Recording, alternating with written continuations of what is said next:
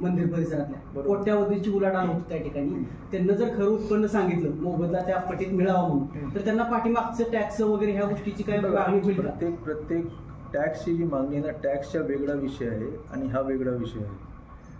त्यांनी जे सांगितलं की आम्ही आमचं उत्पन्न एवढं आहे तेवढं आहे, त्यासाठी जे पण आमच्यासमोर डेटा येईल त्यावर आम्ही पण काहीच अभ्यास करू हो ना, त्याला एक युनिफॉर्मिटी त्यामध्ये आणू आणि त्यानंतर तो आम्ही मोबदला आणि सगळ्या गोष्टी ठरवणार. टॅक्सची त्याच्याशी मला नाही वाटते की कुठल्याही प्रकारच्या घेणे नाही, कारण टॅक्स इन्कम टॅक्स डिपार्टमेंट आहे, त्याच्या वेगळ्या एक पद्धत आहे सगळे कॅल्क्युलेट करण्यासाठी. सर्वेमध्ये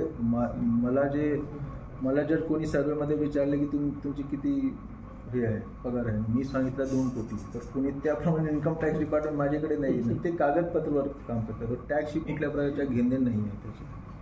कोणकोणत्या भागात सर्वे आहे? ते जवळपास आम्ही 100 मीटर त्याच्या रुंदी पकडलं आहे आणि जवळपास चौफाडपासून महाद्वार गाठ. ते सर्वे आमच्या काय धोरण आहे की सर्वे आम्ही थोडा जास्त एरियामध्ये करणार. नंतर जे जसं ठरलं की काही एरिया ते कॉरिडोरमध्ये येणार नाही, तर काहीच हरकत नाही, आम्ही फक्त सर्वे करून ठेवलं आहे.